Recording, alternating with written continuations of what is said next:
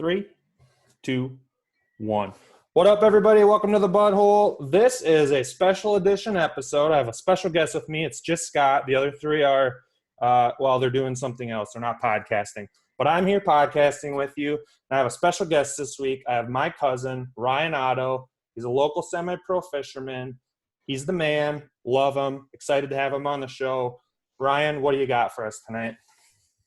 Just trying to survive the quarantine. Drink a few beers, been fishing a little bit. Like I said, just trying to survive. Watching as much sports as I can. Good Jordan. Lord. Have you been watching The Last Dance at all? Haven't missed a minute of it yet. Jordan was my youth hero, we'll say. I have been on record, and I mean, my brother, a lot of his friends, they'd all say, I'm a LeBron apologist. I've been. And watching The Last Dance, I've been completely turned. You still there? Yeah. Michael Jordan was just wired differently. And you can see a little bit of that in like Garnett, Kobe Bryant. You could see some of it, but Michael Jordan was on a whole nother level, man. He had the switch. He forced people to win. He didn't just ask other people to help him win. He forced them to win with him. He pulled the team along with him. That's what I've always said, and there's just no comparison. I'm sorry, LeBron's just not on that level. No, and quite honestly, LeBron is great in his own right, but comparing him and Jordan is ridiculous. You just can't. I'm not saying LeBron's not a great player, but his playoff record, his finals record, the way he's had to jump around teams, the way he's had to recruit other superstars to play with him, it's just different. It's just not the same thing. Jordan took a bunch of big players and Scottie Pippen and kicked everybody's butt for, however many years. So. And really, too, like you watch the documentary and you see Scottie Pippen signed the contract, that locked him in for pretty cheap. What was it, a 7-year deal where he made about $2 a year? Yep. A lot went right for the Bulls. But for Michael Jordan to have Scottie Pippen as his wingman, those two together were just phenomenal. And how they built the Bulls team around him. I know there was plenty of dysfunction in that organization, but Michael Jordan really held it together. You were held to a level of expectation when Jordan was around. And if you weren't going to meet that expectation, you were going to hear an earful. So, yeah. Honestly, Golden State built their team pre-Durant a lot more like the Bulls than anything that LeBron's been part of. I mean, you could potentially say that Curry's been closer to a Jordan franchise than LeBron ever has. Well, just because they built that team the right way. Right, they did it more through the draft and acquiring pieces that fit instead of trying to take a bunch of all pros and MVPs and put them all together and play. So, and then like I said, pre-Durant. What the hell did they call Durant the hitman? They brought the hitman in basically, or the assassin. They just kind of hired him on as a hired hitman for. It's like come in, win a couple titles, go do whatever you want. Durant's super flaky anyways, so I don't think they ever banked on him being around for a long time. He won his championships there and he moved on. I mean, it's not really much different than LeBron. LeBron kind of set that precedence. You go to Miami, you win a few championships. I owe Cleveland one. I'll go do one there, and now I want to go hang out with the movie stars in LA, and I'll go do my thing there. And it's not a legacy when it's that way, Right. And like you were saying, I mean, right now and with quarantine, hopefully we're seeing the end of it. But with what we've been dealing with for the last month and a half, I mean, sports have been hard to come by. And The Last Dance has really, really hit that nerve for me, man. It's been awesome. I'm glad they released it early. It's been something to look forward to every Sunday night. That's for sure. It's been perfect. 2 hours, sit down, watch 2 hours of Michael Jordan and the Bulls, and then I mean, I don't know. UFC was on last weekend. I didn't buy the fight, but I kind of followed it on Twitter. There's been enough stuff. It's just not been what we're used to.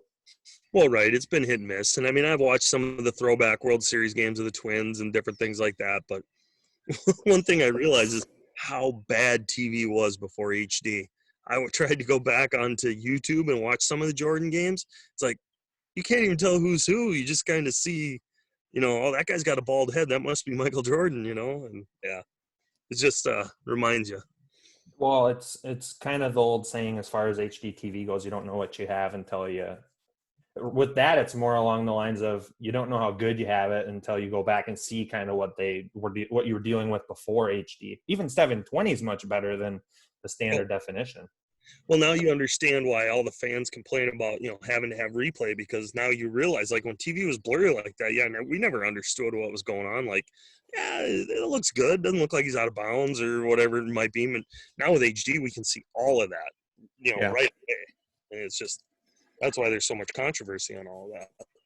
Yeah, and I mean, you look at the players, you can see the sweat bead on the face, you can see the tattoos on the body. It's really HD TV has been part of the reason why the NFL. I mean, personally, I'd rather watch the NFL at home than go to a game.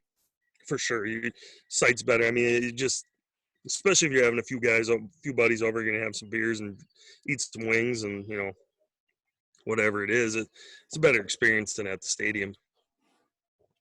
My biggest takeaway, I think, from the Last Dance so far, other than Jordan's greatness, has just been how much I wish I was old enough to remember those mid 80s and 90s era NBA basketball. It's a lot different game now. I mean, I by no means was any kind of basketball superstar, but I played enough high school basketball that even at the high school level, it has changed so much since that time period. I mean, there's no toughness in the. I won't say no toughness, but a lot less toughness in the game. I mean, I remember even as a high school player, nobody was supposed to come through that lane come through that lane clean, and that's just not the way it is anymore. So when you say that LeBron's on the same level as Jordan, well, nobody has tried to literally take LeBron's head off. I mean, right. Tried to literally put him out of the game, That was the Bad Boys Pistons' whole freaking game plan for that one series, was just take out Michael Jordan. I mean, everybody did it. The Lakers did it. The Pistons did it. I mean, that's just, not to the level maybe the Bad Boy Pistons did it, but everybody, you came into the lane, you were going to get knocked over. You had to earn it. You weren't just going to get, nobody was going to Olay you right to the basket. Just wasn't going to happen. I thought one cool thing was, I think it was, so I didn't watch what would have been episode 8, because there's only 2 left, right? The last 2 air this Sunday. Yep, 9 to 10.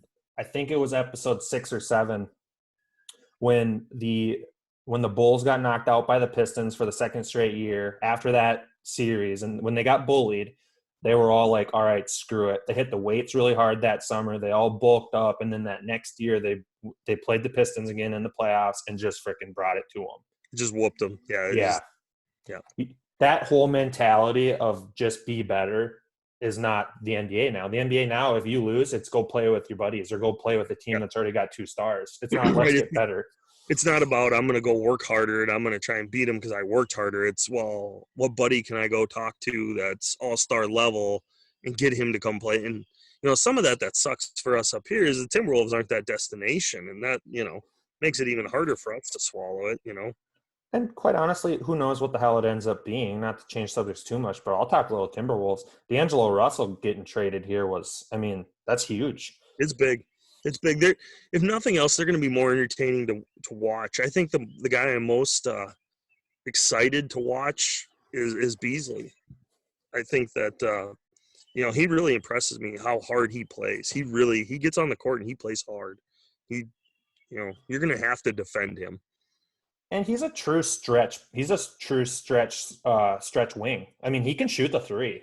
Oh, yeah, he's definitely a three-point threat now. I mean, you take him and Russell, and you're going to have to honor that three-point line. Also, I mean, Cat, he's a 7-footer that can shoot a 3 all day long. So they have it, and like I said, no matter what it ends up becoming, the fact that Rosas took what we had and flipped it into what we have now has been an absolute miracle. And they were already more entertaining to watch, and Cat wasn't even there. I mean, if Cat can play a little defense under the basket, or you can go find yourself a defensive center, the Lopez twins or something equivalent to that, that's not afraid to muscle up under the basket and play a little defense. It could be a very entertaining team to watch. And then too, I mean, with the Timberwolves, a lot of times in the NBA, players don't really start to buy into defense and stuff until they've been in the league a few years. Cat's still really young. Russell's still really young. You got to hope Saunders can get to him and get him. You don't have to play. You don't have to sit and play defense the whole game. If you play defense for the last 6-8 minutes of the game, that's usually the difference. Yep, for sure. Well, I mean, it's unfortunate that it had to be the whole Butler debacle the year the Timberwolves went to the playoffs, because that was something they could have really learned from, and it was just lost to that, disaster. I mean, Jimmy Butler wants to be Michael Jordan, but I'm sorry to tell him he's never gonna be Michael Jordan. He might No, be a hard worker, but he's just not that guy. they were talking on the radio, and I don't remember exactly which show it was. And if I did remember, I'd give them their plug. But they were saying of all the NBA players today, who's kind of wired the most to that old school '80s, '90s NBA. And the two guys that did come up was Jimmy Butler, just because he's more kind of grind it out, call out your teammates, really go head to head, hash out your differences. I think he's a little more passive aggressive though. Or the other guy that came up a lot was Draymond Green out in Golden State, and I think those are two guys that are good calls. They're good calls. I mean, the difference was, and obviously this didn't happen for Jordan right away when he came into the league, but they don't have the ring cred, and you can't bully people and tell them how to do things until you can flash 3 rings, or fill a whole handful of rings. That's when you can really tell players what, I know what I'm talking about. Here's a handful of rings, follow me or get the hell out. Yeah. And really from Draymond's shoes, he's the 3rd best player on his team. And any team he goes to that he is the best player on is probably a lottery team. Correct. Yeah. So, I mean, and Butler hasn't, let's be honest, he's never done anything anywhere. No. All he's ever been is a very, very good two-way player. He's a very good defensive player, but he's never been able to pull another team along to take them to the next level. I mean, he's been honestly more of a cancer on every team he's been on than a producer, a playoff producer, we'll say. Right. I mean, it's kind of the whole saying of when the Timberwolves had Kevin Love, the dude was at times he was a 20-20 machine. Yeah, but it doesn't matter if you're getting 20-20 if your team's losing. Right. Yeah. So I just thought that was kind of interesting to try and peg modern day NBA players into that era of basketball, and you really can only come up with 2 guys. That's how much has changed. And I guess the thing that both of them have in common is they're both great. They're both very, very good defensive players, which some people don't realize that about Jordan. He would score 40 and shut you down and only allow you. He would take the best player on the other team, score 40 on offense, and allow 4 on defense. There's just nobody does that anymore. It wasn't right, which if you look at it, it's almost a double-edged sword. And you don't have many players in the NBA today that'll do that. I mean, Harden is about as good a scorer as you have in the NBA today, but he doesn't play defense. Yeah. I can't really even LeBron this past year before the lockout, last year for sure didn't play defense. I think he's kind of starting to get to the point where he's very selective about it. Well, I think LeBron, there's a lot of wear on that tread. I mean, that guy's played, I heard it one time. I think he's played like a full NBA season worth of playoffs, and playoff basketball is a lot harder on your body than regular season is. So, to give him some props, he's played a lot of basketball there's a lot of tread taken off that tire. So, yeah, I don't know how much he has left. Well, since he came into the league, he's been in the playoffs damn near every year besides his first couple years. I think last year was only his 2nd time or maybe 3rd time in his career he hadn't been in the playoffs. And a lot of those first ones were early when he was still young and he was on a bad Cleveland team. Yeah, I want to say it was probably only second time, his rookie year, and then last year. I think were the only 2 times he hasn't made the playoffs. You'd have to fact check that. I'm not. We're not all about that on the Budhole here. We kind of just take something and run with it. We leave fact checking up to the people on the internet.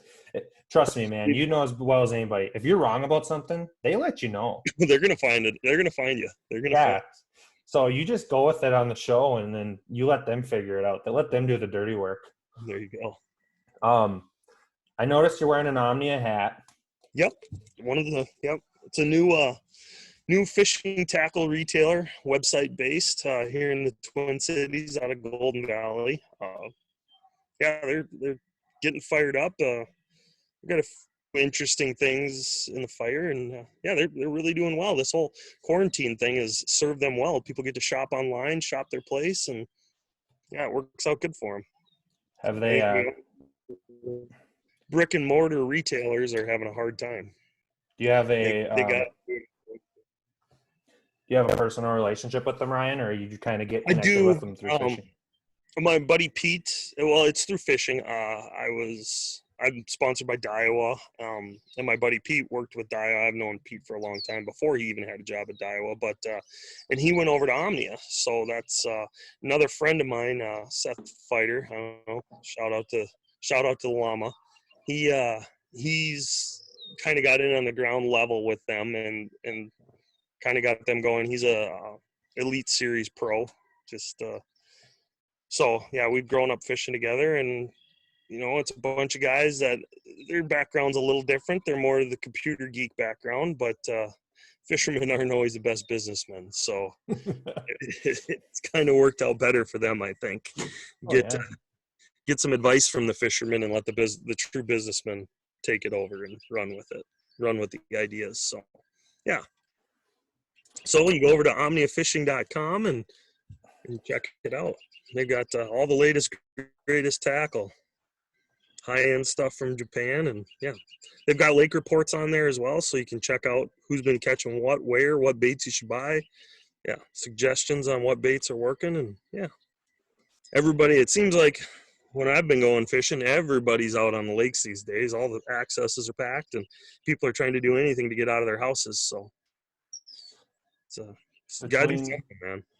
Between golf and fishing, it's been crazy. Golf, fishing, and turkey hunting. I do some turkey hunting this spring too, and I've never seen so many turkey hunters out in the woods. It was kind of the perfect storm for turkey hunting. The DNR eased up on some of the regulations, and people had nothing better to do, so they're like, "Yeah, let's go walk around in the woods and try and kill us a Thanksgiving turkey." So, imagine being those turkeys. Those turkeys are walking around the woods thinking, "Jesus, look at all these turkeys trying to hunt us." That's about it. It's a bunch of idiots.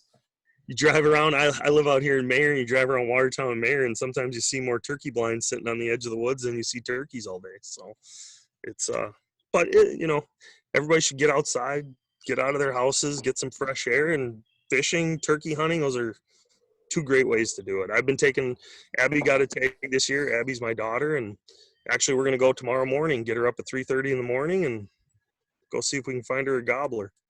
So, that's how you find out if they're cut out for it or not. Yeah, for sure. You go all in, feet first, tell them, hey, you're more than welcome to come, but this is how we do it. Yeah, it is what it is, You're going to enjoy the early mornings and waking up with the sun, or it's just not going to be for you. But it's honestly, I've talked to a lot of guys that weren't successful, and they're like, I just don't know, man. You got to get up so early to turkey hunt. And it's like, yeah, but I don't know. Separates the men from the boys, we'll put it that way. That's the way to put it. And I will say, as far as hunting goes, the only hunting, quite frankly, that I get excited to get up early for is deer hunting. Duck hunting, opener, I'm all about it. And then obviously if you're scouting every fall and you see fields here and there that have a lot of ducks and you get that field to hunt, you get excited. But there's nothing like deer hunting opening morning for me where you wake up and you're ready to rock and roll. Yeah, it's and the way I put turkey hunting is it's the best of I'm more of a waterfowl hunter in the fall. I get after my ducks and geese, but it's kind of the best of both worlds. You got it's in the woods, so you hear the woods wake up in the morning, everything with the turkeys, and you hear them gobbling on the roost and all that. But then you're calling them and decoying them, and you can be more mobile and moving and more social about it, like the duck and goose hunting. But it's the whole, you're in the woods and stuff, kind of like deer hunting. So. Yeah, you don't have to deal with the water necessarily, which I know turns some people off to the waterfowl. But yeah, it's a good time. I enjoy turkey hunting. The only thing for me that I don't love about duck hunting is if you get a real swampy bottom and you got a boat and you got to go in the boat. That's when shit gets dicey. Well, straight boat work and that water's so cold, it's pretty dangerous. I've been into enough dangerous situations myself that I can definitely understand that. It's like one of those things. It's kind of like when you're, when you've lived through high school and you get to look back at some of the dumb shit you and your friends did, and you're like, how the hell did we survive that? It's kind of hunting. You look back and you're like, why did we even do that? Oh, yeah. Been stuck in thunderstorms, and I've gone up to my waders and gone over my waders in water that's freezing around you, and it's like, I don't know how you survive some of that stuff, but I guess that's what makes you old and wise. It is. That's where you get the gray in the beard from. Yeah, there you go. Show that off for everybody. Yeah, when you've lived a little bit, the quarantine beard gets a little gray around the edges. Yeah, there's definitely no just for men in that thing. That thing's raw and real. It's just like me. It's just how it is. They ain't gonna be hiding nothing. Nope, full bore, baby. That's right. Um, as far as quarantine goes, you've been watching what you can for sports. You've been getting out fishing. Yep. What else has been going on? Been doing much else, or just kind of laying low? But kind of laying low. I mean, the kids don't have any sports. It's part of the whole deal. Work's actually been getting busy, is what it is. But try and fish and hunt, and that's always what I've been about is the outdoors. So as long as they didn't cut us off from that, I've been a happy man. Um, I've liked a couple things about quarantine. I've liked to not have to make excuses to stay home. That's been nice. It's like, well, nobody else is going anywhere. We got to stay home. Yep. Another thing I've liked is at my work, all the upper management and everything have been gone. So it's been just kind of people that can work from computers have been working from home. Engineers and stuff are all working from home. So there's not a lot of people. I like going to work and not having a lot of people there. So you can just kind of do your thing, get in, get out, not have many distractions. Other than that, dude, I've been pretty much the same boat. I will say I have not been watching much of those throwbacks. I know K-Fan's been doing like The kind Vikings of, games and what do they call them? They're kind of highlight classics or something they've been calling them. something like that. Yeah, I think they've been doing like Sundays. They've been doing Vikings games and they've been doing some wild games. I guess I haven't gotten into the throwback radio broadcast, but when it first started, I was like, I'm going to show my son some Jordan games. And, this is kind of who I always thought was the man when it came to basketball. And Reese is really into basketball. And so that's kind of where we went. And the other day, I happened to catch some of the 87. It was an 87 playoff game against the Detroit Tigers for the Twins. And I was like, holy crap, those guys were really good. I was only 6 years old, don't remember it real well. But when I watched them, I'm like, holy crap, those guys were really good. That was a really good baseball team. Yeah, and I mean, as far as Minnesota sports goes, Twins are about all you have for real success. And 87 and 91, man, people that were alive to watch those two World Series will never forget about them. Hey, I still hold on to the Minneapolis Lakers. I never got to watch them play or anything, but I'm like, don't forget some of those Laker championships belong here in Minneapolis, man. That ain't all L.A. We got Hall of Famers. Well, they were in Minneapolis when they won them. That's right, exactly. And that'll be forever. I mean, that's in the record books. It might say Lakers, but before that, it says Minneapolis. Reese and I were playing some NBA 2K, and they've got I think it's Vern Mickelson, and I want to say it's Elgin Baylor, and those were both Minneapolis Lakers player. I was hoping they were going to have Bud Grant on there, but they didn't as a Laker. But I told them those are Minneapolis Laker players. That is not a Los Angeles thing, man. That's straight up Minneapolis basketball right there. So he didn't even know the Lakers were in Minneapolis ever. But shout out to Sid Hartman. I think he wrote about the Minneapolis Lakers. He's written about pretty much everything you can remember. I think he was actually the general manager of the Minneapolis Lakers or something like that. That dude right there is Minneapolis. He is a Minneapolis legend, and he will. I mean, for the fact that he still gets on the radio on the weekends and stuff and writes a column. I don't know how much of the writing he actually does, but his face is on it. I have a Sid Hartman brush with fame. I'm one of the many people he almost ran off the road one time in Minneapolis. He was pulling out of the Star Tribune parking lot, and he ran me right off the road, almost up on the sidewalk. But I don't think they give him a driver's license anymore. Oh my God, that's hilarious. That's more than most people have, man.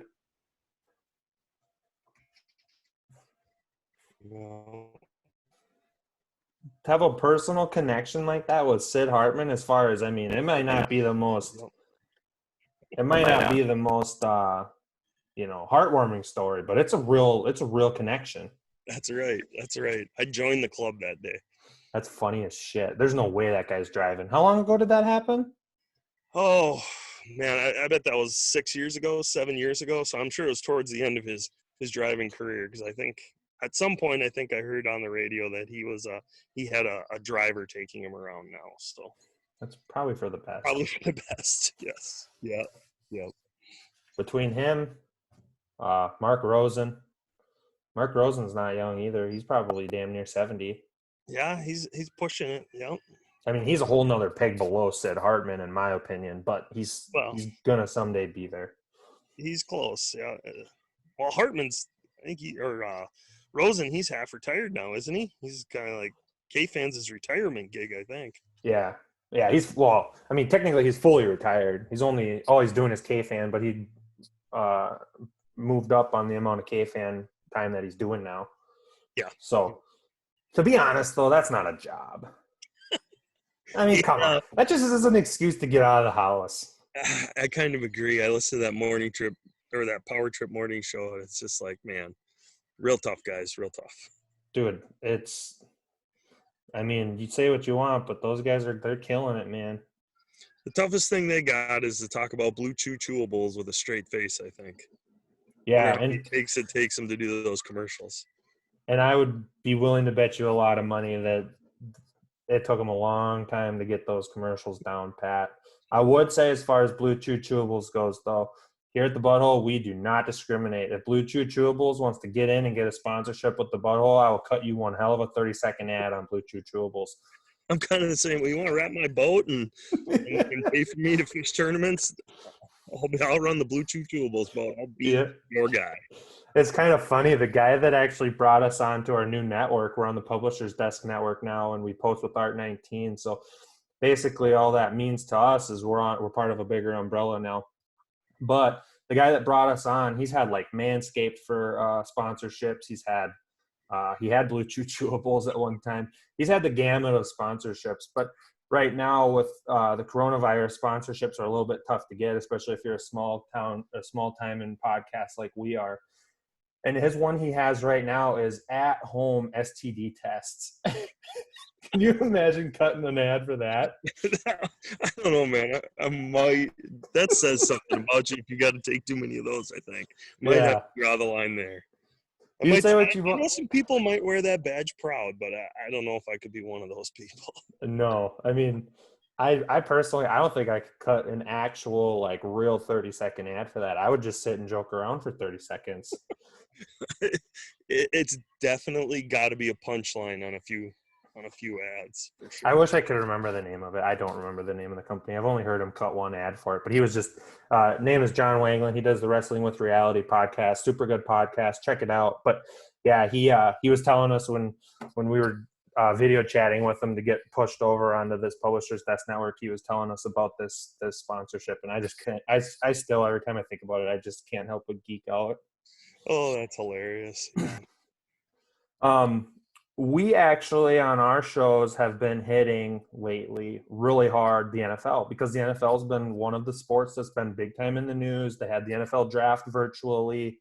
They had the schedule release, which we'll get into the schedule release. But before that, I'd like to kind of touch on the draft with you, Ryan, and talk about kind of what you think. We'll keep it Vikings related for the most part. If you have thoughts about Green Bay, though, especially negative thoughts, you're more than welcome.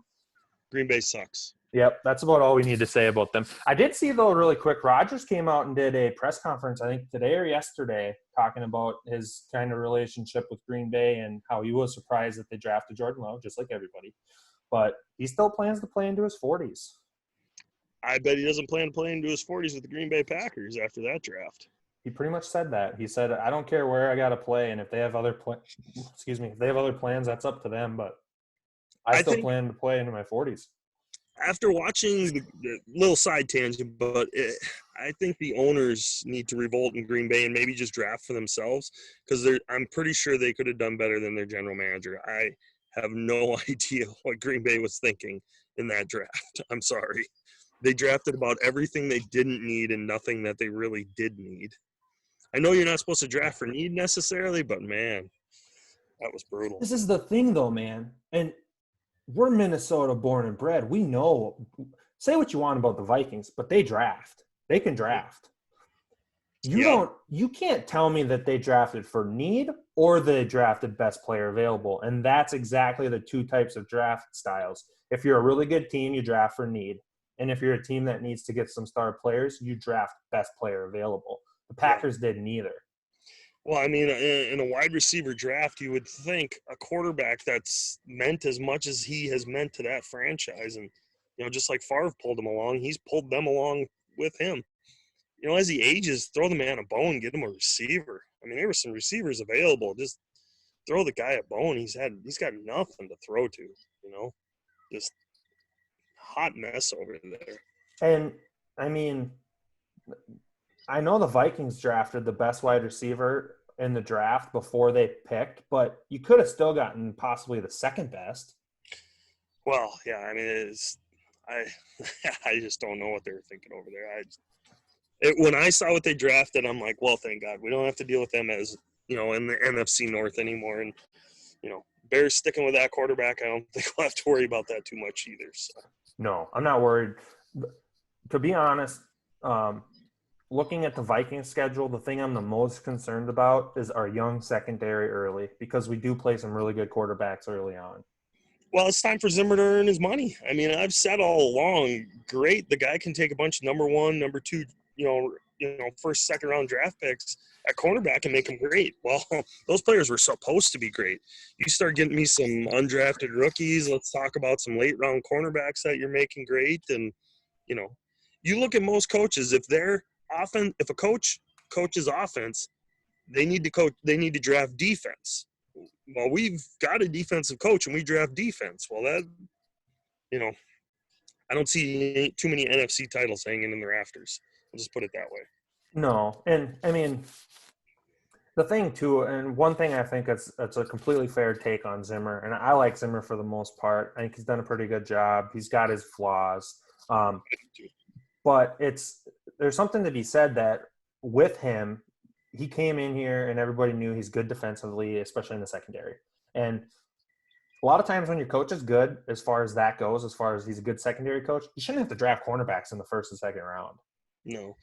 I mean, I think you can correct me if I'm wrong, but I don't believe Rhodes was a Zimmer draft pick. But still, it's not like he did some miracle work with the guy. He was a first-round draft pick, I'm pretty sure. And, he just got a first-round draft pick to perform. That's not miracle work, No, and I think you're right. Rhodes was not a Zimmer pick, but obviously Zimmer was excited about having a guy that's 6'2" and 200 pounds when he came in here. But Trey Waynes, Mike Zimmer pick, first rounder.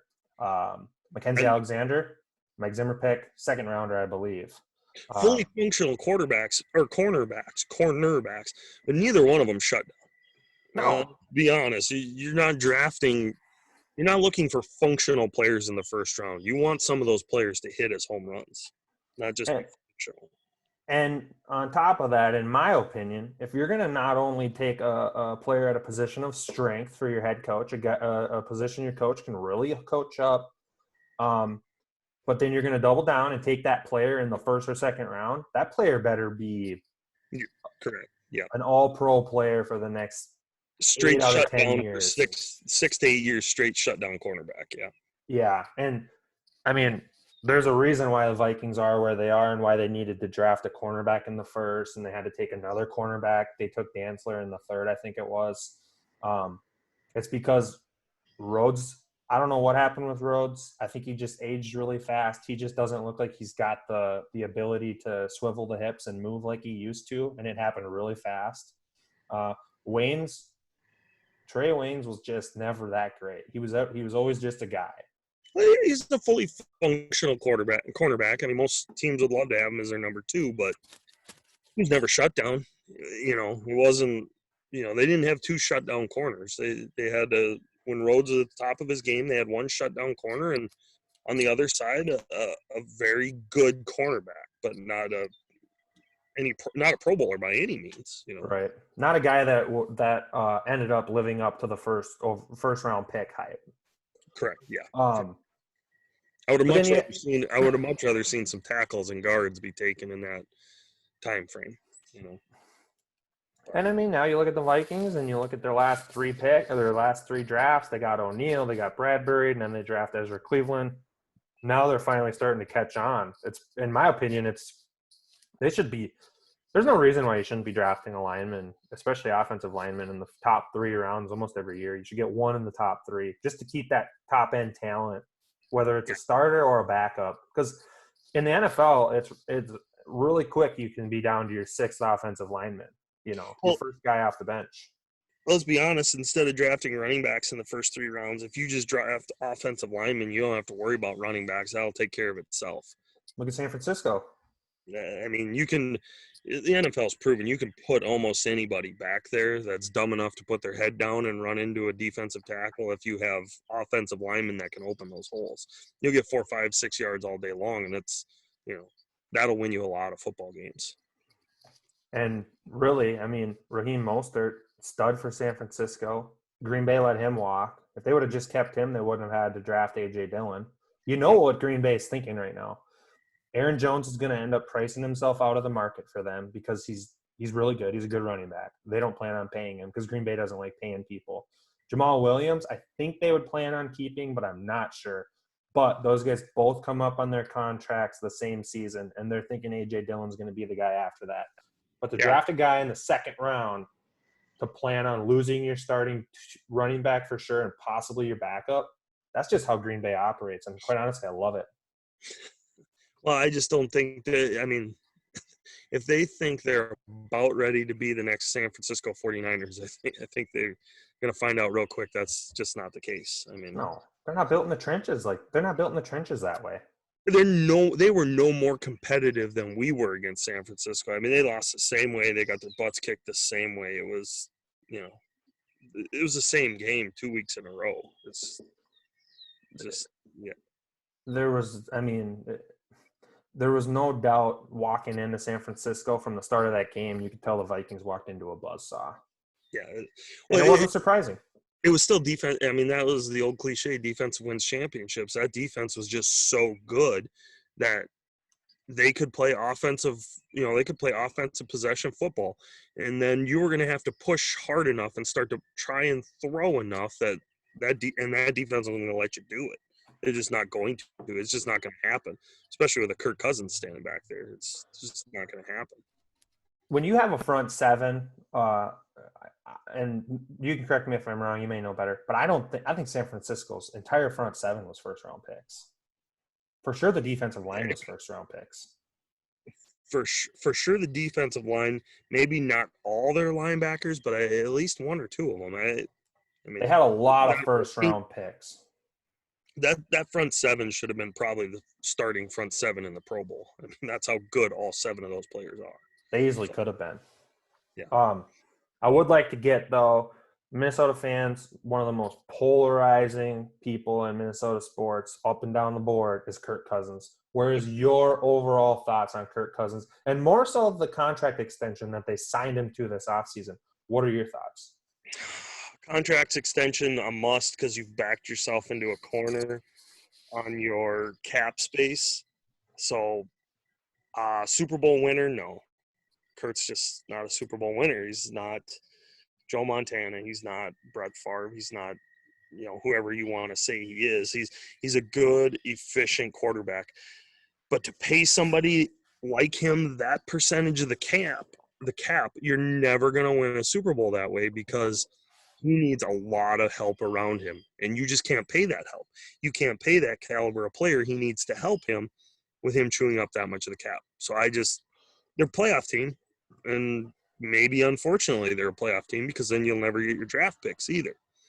It's just – I think the NFL is going to have to figure something out on quarterbacks because really the trend is starting to shoot towards your quarterbacks on their rookie deals is how you're going to win the Super Bowl because then you can have a team around them. And once that quarterback reaches that superstar level, you have to pay him and no longer can you have a team around him. And teams still win in football, individuals don't. So – that's the one exception is Brady, but Brady always took it at a huge discount. He always took a huge discount to stay in New England. So, and you look at another guy in the NFC who's had really good teams around him for the last part of his career since he's gotten to New Orleans has been Drew Brees, and Drew Brees does the same thing. He always takes a pay cut, and right. You don't have to take a pay cut and get paid $12 million a year. You can still get paid $25 million. Right. Because Kurt's taking that pay cut and getting paid $25 instead of $35, that's a $10 million a year offensive lineman. You can get a hell of a good guard for $10 million a year. Yep. Yeah. I mean, Kurt has to have a top 5 offensive lineman offensive line in front of him, and him getting paid $30 million a year is just, you just can't afford that. It's just not going to happen. I mean, the Vikings have to be at an all-pro level at every other phase of the game to make that guy a winner. You just do. I mean, look at the receivers they had. You give Brett Favre, you give Tom Brady, Thielen, and Diggs, It's and it's over. It's game. You put Tom Brady on that team last year, and they win the Super Bowl walking away. It, he's paid like a top 5 quarterback, and he's just not a top 5 quarterback. He's not a leader. I don't super love getting into hypotheticals, but I think it's safe to say if for some reason you had a quarterback opening this offseason, it's very hypothetical, but I think there's a chance Tom Brady would have entertained the thought of the Vikings. And I also think if Tom Brady comes to Minnesota, Diggs is still on this team. For sure. Yeah. And hypothetically, this offense with Tom Brady and even what we have on defense now, letting our cornerbacks go, I think this would be a Super Bowl favorite, kind of like Tampa Bay is. I think Tampa Bay's – they might not be the favorites for the Super Bowl. Kansas City should be still. But Tampa Bay is definitely in the run of things to win the Super Bowl. And I think if you put a Tom Brady, even at his age, on this Vikings team, they could be favorites in the NFC. There's just a difference. Tom Brady doesn't get afraid in the pocket. He just gets rid of the ball. He makes one step. He shifts his shoulders, he shimmies, and he throws the football.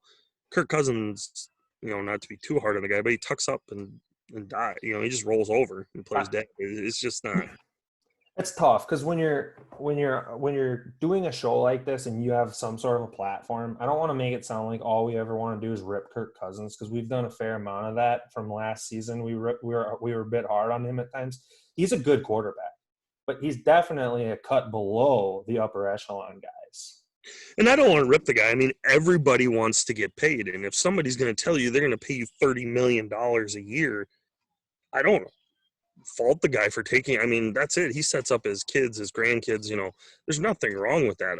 I am more at fault with the Vikings saying, personally, I thought they could have gotten just as far with other quarterbacks that wouldn't have cost them near as much. That all-in mentality, I think, kind of burnt them, and their lack of ability to draft a quarterback and a little bit of bad luck along the way is kind of forced them into that corner. But I don't know. Ultimately, at the end of the day, you summed it up perfectly. It's the Vikings' decision to pay Kirk Cousins the money. It's not Kirk's fault. It's not Kirk's fault. The Vikings saying, okay, we're going to go and pay a guy like this $30+ million a year because we think he's contract-wise 3 times better than a Case Keenum. And hindsight's 2020. I don't know if Case Keenum would have ever been what he was for us the season that he brought us to the NFC title game. I don't even care to speculate on that. But at the end of the day, paying Kirk Cousins $30 million a year is a reason why your secondary is going to be probably for sure the youngest cornerbacks in the NFL. I mean, you got a lot of work to do. You still kept, obviously, I mean, Everson Griffin, I hope he comes back. It sounds like there's kind of ongoing conversations and he may come back, but his hand might be forced. It doesn't appear anybody else is interested in him. I think they're a little worried about his, And quite honestly, the Vikings have the know on that as good as anybody as far as his mental health. And quite frankly, exactly. Everson Griffin probably would be smart to stay in Minnesota, keep it consistent, keep his family, stay here with his family. The Vikings do have a very good organization as far as supporting their athletes. So, and the Vikings have a need; they could use Ev back for sure. Yep. Looking over the Vikings schedule, have you looked it over much? Did you kind of glance at it? Are you super familiar with it, or? I'm not super familiar with it. I mean, I know they start with Green Bay and then they go to the AFC for a few games. And like a lot of years, they finish heavy on NFC North teams, which this year might actually play into their hands. I mean, I know we're snake bit against Chicago, but man, I don't see how you can lose to Chicago anymore. I think a couple things have been a little interesting as far as the schedule goes. First of all, CBS released today a thing where they did 1,000 simulations of every NFL team's schedule. They simulated all of them. They released the results. The Minnesota Vikings ranked with the 3rd highest percentage chance of making the playoffs of all the teams in the NFL. I thought that was quite interesting, especially because when I look at the Vikings schedule, especially out of the gate, and I'll reference it here in a second, it's really tough initially. And I think with young cornerbacks, it spells trouble. You play Green Bay week 1 at home, but that's Aaron Rodgers. Week 2, you go to Indy and you play Phillip Rivers, who I think is in a perfect spot for him in Indy. He's behind a really good offensive line. He's a good quarterback, potential Hall of Famer. Then you play Tennessee, who I think the Vikings actually match up pretty good with. Tannehill is not the best, but he's obviously functional. And you get Tennessee at home. The following week, though, you go to Houston and you play Deshaun Watson, who's a very good quarterback. And then the week after that, you go to Seattle. Wait, is that right? Yeah, I think Yeah. I think it is Seattle. That's a nightmare On place. Sunday Night Football. Yeah. I don't understand why the Vikings every year have to go to Seattle in a primetime game. I mean, Dude, eventually they should make them come here. It's just chalk it up as an L. And I don't – It has to be the last 3 years we've had to play that. Maybe 4 years we've had to play that game. I'm trying to remember if we played it the year that we – if we played them – we've played them every year in Seattle with Kirk. I know we have. But I don't remember if we played them with Case. I don't know how that game was played. I think we've played them every year since we lost to them on the infamous wide left or whatever, wide right or whatever, wide left. Blair Walsh debacle, yeah. And that was Teddy's rookie year. Yeah, that was the last year, right? The last year at the bank? Yeah. So, yeah. I was at that game. That game sucked. Congratulations. It was a good game, but that end of that game was about as big a kick to the gut as I've ever felt at a sporting event. Well, I was at the Gophers debacle when they were up by like 7 or 8 touchdowns in the fourth quarter against Michigan, and they blew it. So, Minnesota's got some. Or how about the safety in the end zone against Wisconsin? As we're I've been to a lot of Gopher debacles. I kind of lost faith in the Gophers, but that's a different situation. That is a different situation. Maybe a better football situation than it's been in a long time. I'll say that. I will say regarding the Gophers, it's a little disheartening just from the perspective of sports, and I'll admit I'm being selfish. But I don't mind being selfish from conversation, especially when it has to do with football. The fact that they probably won't play this year. College football is a whole different animal from the NFL. And well, it sounds like they're not going to let the college football teams play unless they can have students on campus, which is understandable. Say what you want. I mean, they're student athletes, so if you can't let them go to school, how do you let them play sports? But I have my doubts that college football is going to happen. Which is unfortunate because coming off of the last year for the Gophers and PJ Fleck, I mean, you lost some very good players to the NFL, but you're retooling. I mean, you get players back in. And quite honestly, looking at the Gophers team, I like Rashad Bateman just as much as I ever liked Tyler Johnson. And I love Tyler Johnson. He was a good Gopher. But Bateman is just on a whole nother level. I think he's more athletic than Tyler Johnson was. And their quarterback situation's really good coming into this next year. It's just I think that one's going to be unfortunate. That's kind of a Minnesota thing to happen. It is. The Gophers to build that much momentum and then just have it yanked out from underneath them. I'd say that's definitely a Minnesota football thing to happen. The only thing I would say the silver lining in it is not that there's many, but from Fleck's perspective is his team's still pretty young. And you get another year of grooming him, and the dude he's proven he can recruit. He can recruit like a mother. And he can coach a little bit too. I think he coach a little bit, or he surrounds himself with people that can coach. I guess that's an insider thing. Who knows? But part of that though is on the head coach, right? I mean, right. Yeah. Either you need to be a hell of a good head coach, which even if you are, you need good assistants, or you need to know that like your strength is recruiting and the rah get your players ready. And then you hand it over to your offensive and defensive coordinator. I'm not in on all of their meetings and everything. I don't know. But kind of from what I see, PJ Fleck has he has a long ways to go as far as game management situations. But I do think he can coach. Yeah, I think, and game management comes with experience. I mean, heck, Mike Zimmer wasn't the best game manager when he when he first stepped into the head coaching role, and he had been around the NFL for a lot longer than PJ Fleck's been around college football. So Exactly. You want to take a break quick, Ryan, and go get another beer? Or? yeah, actually, my beer is empty. I'll grab a quick one. I'm going to go grab one too. We'll be right back. All right, sounds good.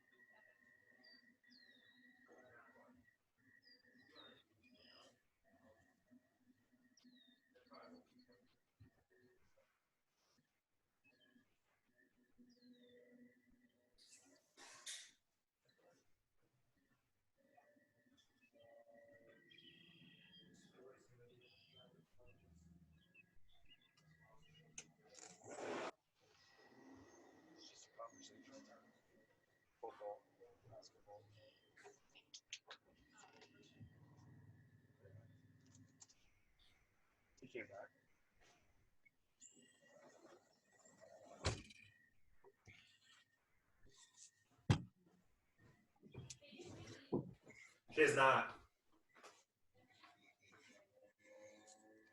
I'll feed her when I'm done. Is that okay?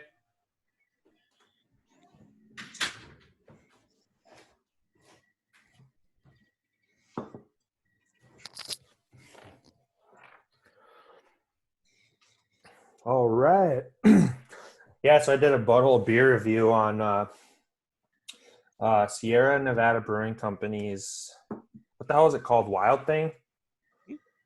Wild Little Thing? Sierra Nevadas are typically a pretty solid beer. And it's like they call it a semi-sour beer, which I like sour beers, but this one, sours.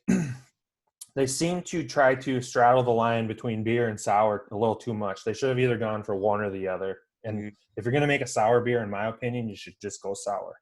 Yeah, I can see that. But yeah, should get you into Excelsior Brewing. I know those guys fish some of the same tournaments I fish, and get you in there, do a little live Budhole from Excelsior Brewing. Dude, we should. I've been talking with the great Brandon on the Budhole about trying to get into a couple bars doing live Budhole shows. So that'd be a hell of a spot to do it. I would do you tell them this, but if they get us in there, I'll do a live beer review right from in there.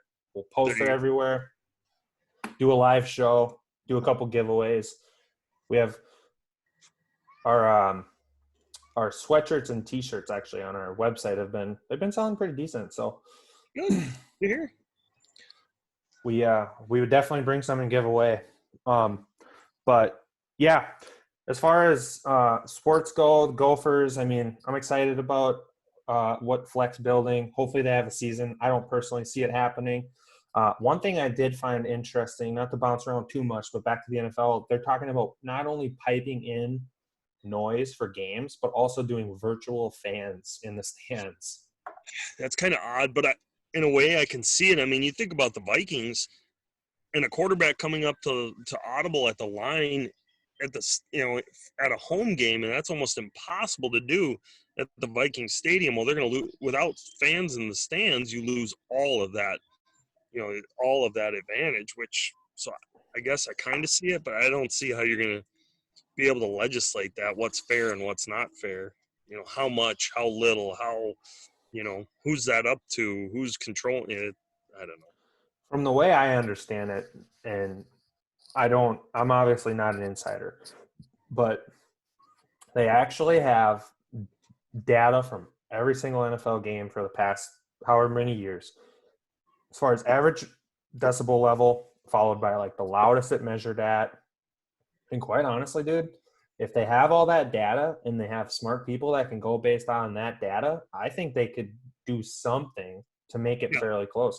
What I would do is, especially early on in the year, while you're trying to get it kind of figured out, don't ever go for that max decibel level, right? Kind of try and figure it out, have your crowd noise, because there is an advantage, even if it's not dead on, to making it a little difficult on the opposing team, make the crowd noise a little bit louder when the defense is out there. But I think by the time they got to the playoffs, hypothetically, there's a chance that you could have actual fans in the stadiums, which would be ideal. But if not, you may have a sort of all of the kinks ironed out to where you could actually go in and simulate to some extent real fans. It would be It's going to be weird. it's going to be weird. I even think baseball is going to be weird. I mean, I don't know, playing in front of no one, that's got to be a weird feeling. Home run shots and there's nobody chasing. They'll just be bouncing off the seats. That's going to be so weird, man. Baseball.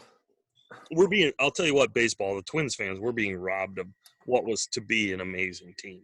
I mean, and the sad part about it, man,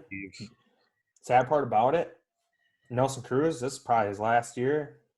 Well, but I mean, you've got two of your very core players to make this team great, Nelson Cruz and, newly signed Josh Donaldson. Neither one of them are young.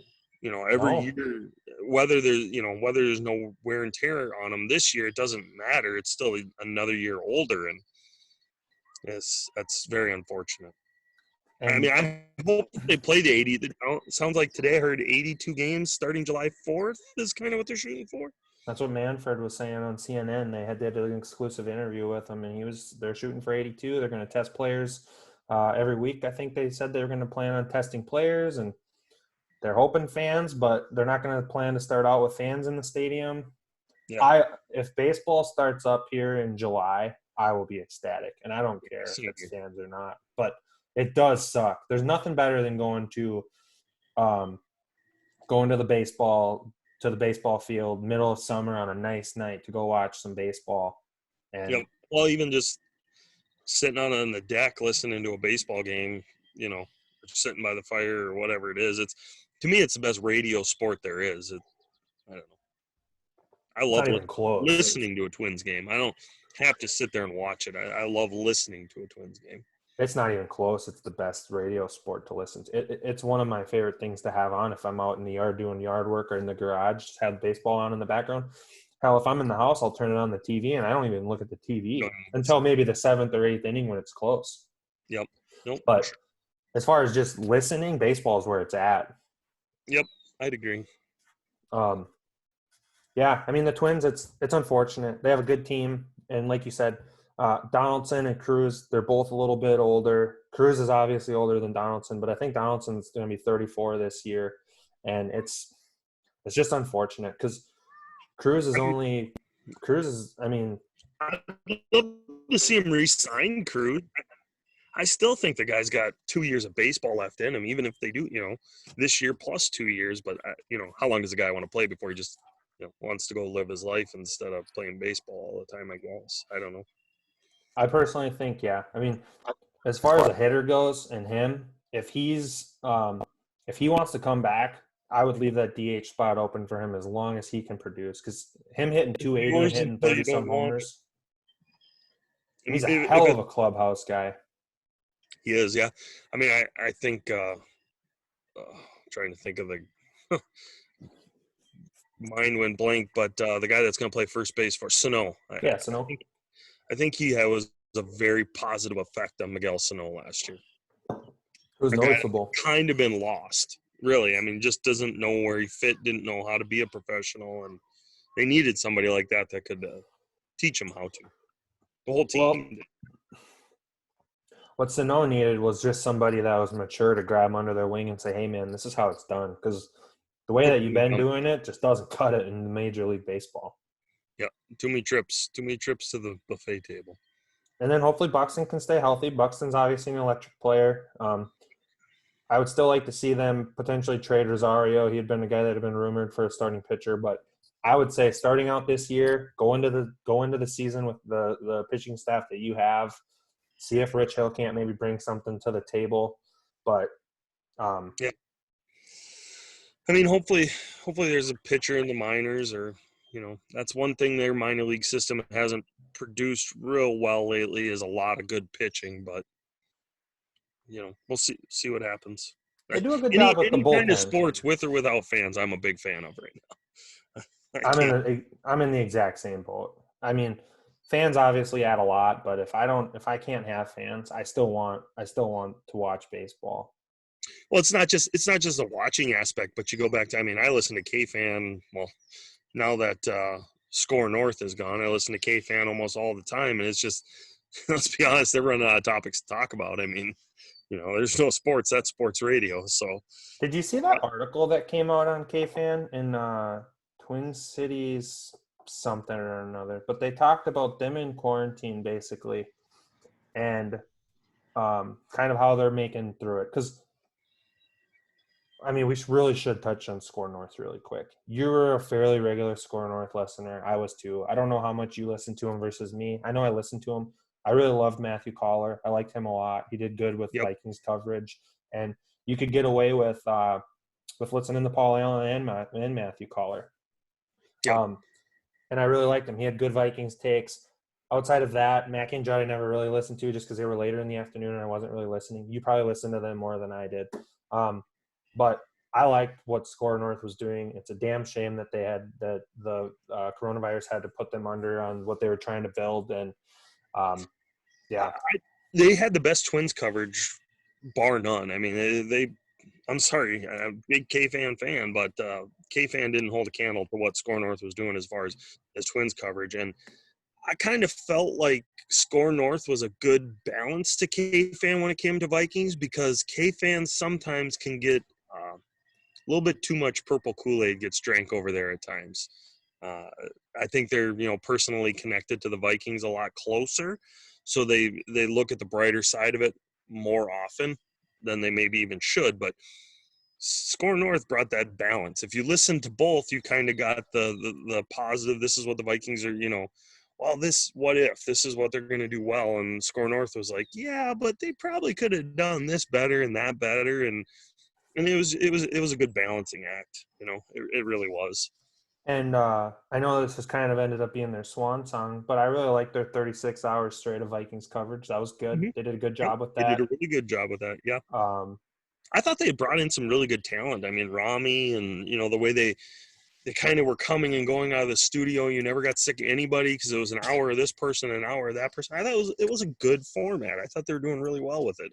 It surprised me when they were gone, but it happened just like boom too. That's the thing that sucks. And that's the way that stuff happens. But it's just like one day you're listening to them and then the next day, boom, it was gone, And that's just the way radio is. I mean, it's hard, especially in a time like this. I mean, you got to be very diverse to last in something like this. And going back to K-Fan, you can say a lot of things about K-Fan, but one thing that they are is any show that you turn on, they vary a lot.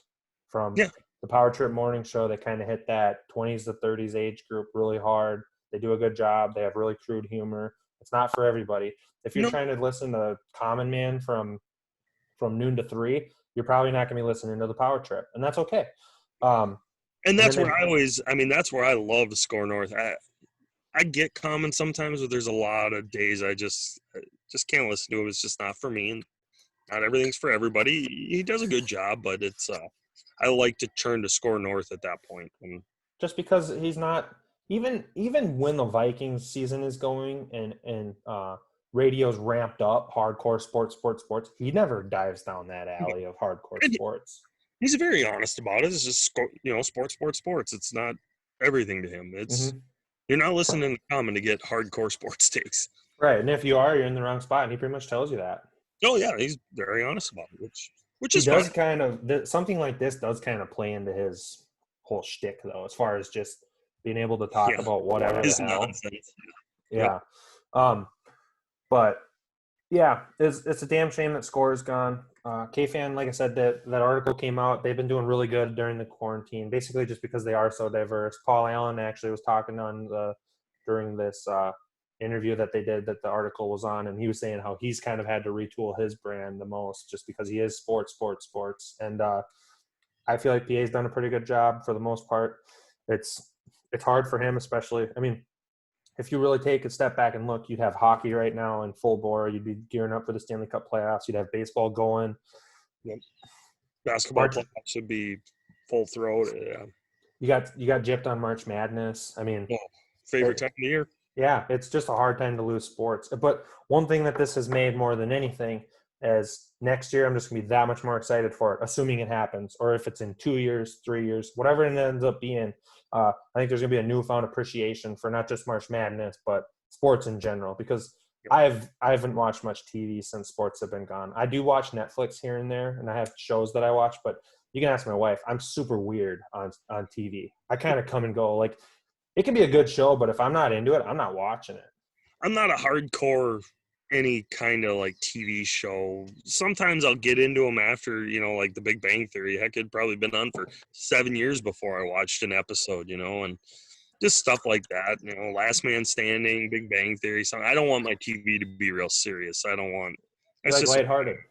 Yeah, it's just I'm not into it for the real hardcore. Yeah, you got to watch it every week kind of show.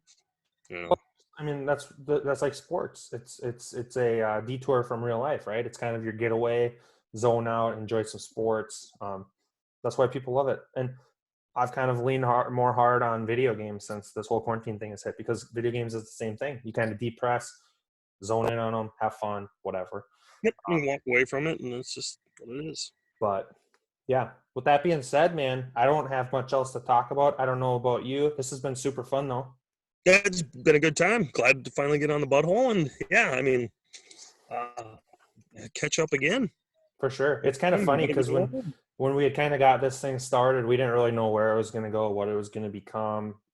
I mean, we're coming up on a year here of podcasting. I had those stupid little business cards that I had brought with to the lodge, and that's when you had mentioned, hey, it'd be nice to get on there and talk fishing and stuff one time. But that was a year ago in April, I think it was. So we're over a year old as a concept, but as a podcast, we're coming up on a year here. So it's been a heck of a good ride up to this point. We'll definitely get you on some more, Ryan. And it's kind of fun because we're starting to kind of hit our stride as a show. It's been a good learning process.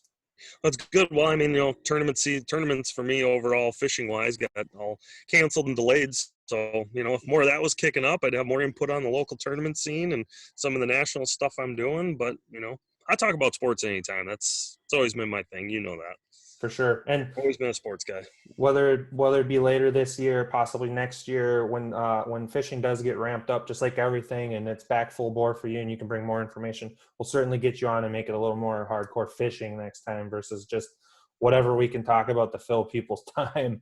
But yeah, it's super fun having you, Ryan. It's a joy. Once again, go to omniafishing.com for tackle. Ryan's Omnia Fishing right there. You can see the hat. OMNIA fishing.com. Ryan, what else do you got to say other than that? Not much. I appreciate you letting me on, and good conversation. Awesome. Thank you very much, Ryan. You have a good night. Same to you, Scott. Thanks, man. Peace out, people.